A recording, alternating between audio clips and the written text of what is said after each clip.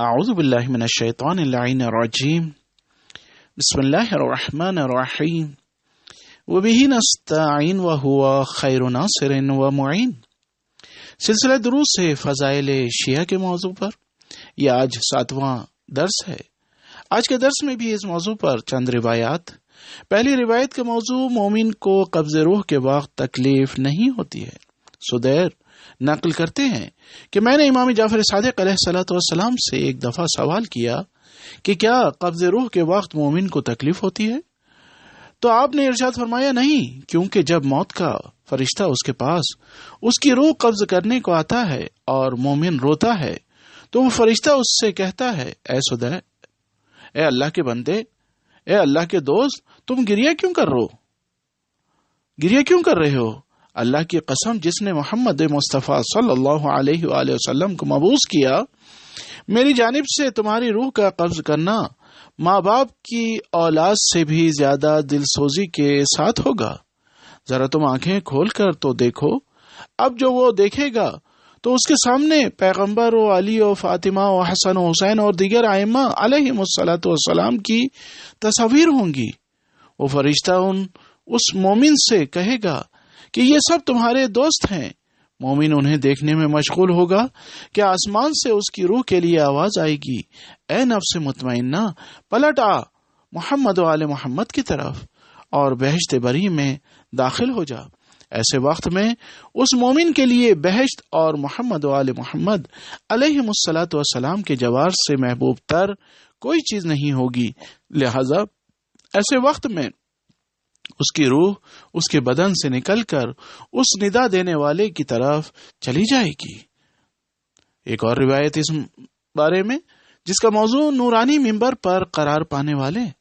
معاویہ بن عمار امام جعفر صادق علیہ الصلوۃ والسلام سے نقل کرتے ہیں کہ آپ علیہ الصلوۃ والسلام نے نبی اکرم صلی اللہ علیہ وآلہ وسلم سے نقل فرمایا کہ حضرت نے ارشاد فرمایا کہ جب قیامت کا دن برپا ہوگا تو ایک گروہ نور کے ممبروں پر رونق افروز ہوں گے اور ان کے چہرے 14ویں کے چاند کی مانند چمک رہے ہوں گے، اور اولین و آخرین کے افراد ان پر رش کر رہے ہوں گے۔ پھر حضرت نے اس بات کو 3 مرتبہ دہرایا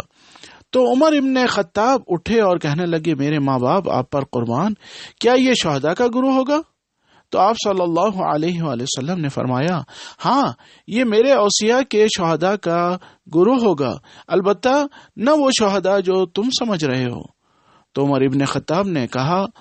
تو کیا انبیاء کے جانشینوں کا گروہ ہوگا؟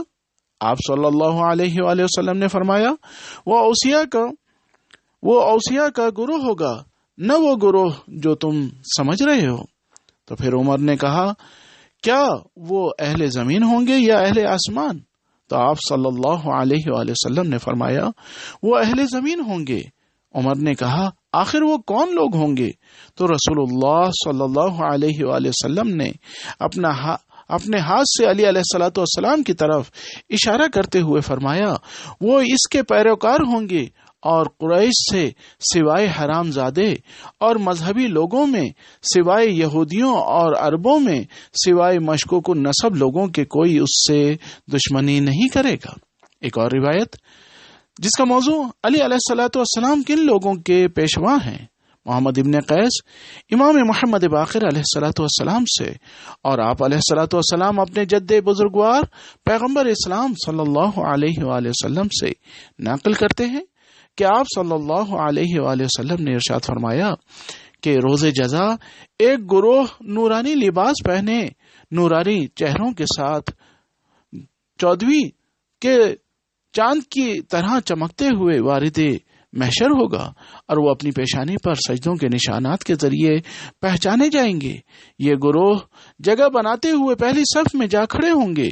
جن پر انبیاء و فرشتے و شہداء و نیکوکار افراد بھی رش کریں گے۔ تو عمر ابن خطاب نے پوچھا، وہ کون لوگ ہوں گے؟ تو آپ صلی اللہ علیہ وآلہ وسلم نے فرمایا، وہ پیروکار ہوں گے جن کا پیشوا علی ابن ابی طالب علیہ الصلوۃ والسلام ہوگا۔ ایک اور روایت جس کا موضوع پیغمبر اسلام صلی اللہ علیہ وآلہ وسلم نے اپنی امت کے کن لوگوں کو عالم ذر میں دیکھ کر مبارکباد دی؟ معاویہ بن عمار امام جعفر صادق علیہ الصلوۃ والسلام سے، اور وہ اپنے والد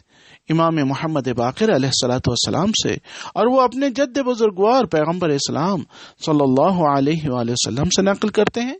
کہ آپ صلی اللہ علیہ وآلہ وسلم نے حضرت علی علیہ الصلوۃ والسلام سے مخاطب ہو کے ارشاد فرمایا، اے علی، میری امت کو عالم ذر میں میرے سامنے مثالی صورت میں پیش کیا گیا، یہاں تک کہ میں نے ان کے چھوٹے بڑے سب کو دیکھا جو ارواح کی صورت میں تھے قبل اس کے کہ ان کے اجساد خلق ہوں۔ تو جب میں نے، اے علی، تم اور تمہارے پیروکاروں کو ان میں دیکھا تو میں نے تم لوگوں کے لیے طلب مغفرت کی۔ حضرت علی علیہ الصلوۃ والسلام نے کہا، یا رسول اللہ، مزید کچھ فرمائیں؟ تو آپ صلی اللہ علیہ وآلہ وسلم نے فرمایا، اے علی، تم اور تمہارے پیروکار روز قیامت ماہ تاباں کی طرح چمکتے ہوئے اپنی قبروں سے اٹھو گے، سختیاں تم لوگوں پر آسان ہو جائیں گی اور بغیر کسی خوف کے عرش الہی کے سائے تلے قرار پاؤ گے۔ جب تمام لوگ خوف زدہ ہوں گے تم لوگوں پر کسی طرح کا کوئی خوف نہیں ہوگا، تم لوگ محضر پروردگار میں خوشحال ہوگے جب دوسرے لوگ اپنے حساب و کتاب میں گرفتار ہوں گے۔ ایک اور روایت جس کا موضوع لوگوں نے کس قول نبی صلی اللہ علیہ وآلہ وسلم کو بھلا دیا، محمد قبطی امام جعفر صادق علیہ الصلوۃ والسلام سے نقل کرتے ہیں، اور آپ علیہ السلام اپنے جد بزرگوار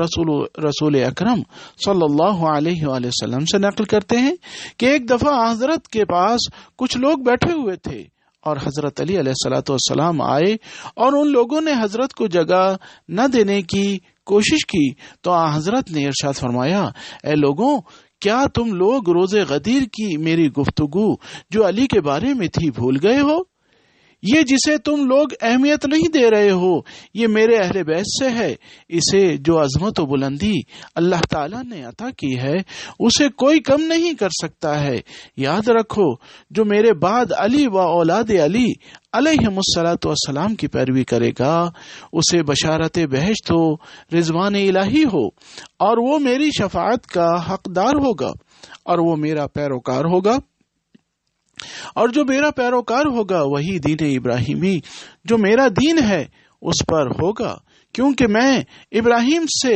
اور وہ مجھ سے ہیں، میرا دین ان کا دین اور ان کا دین میرا دین ہے، میری روش ان کی روش ہے اور ان کی روش میری روش ہے، جیسا کہ اللہ تبارک و تعالی قرآن میں ارشاد فرماتا ہے، ذریۃ بعضها من بعض واللہ سمیع علیم، وآخر دعوانا ان الحمد للہ رب العالمین۔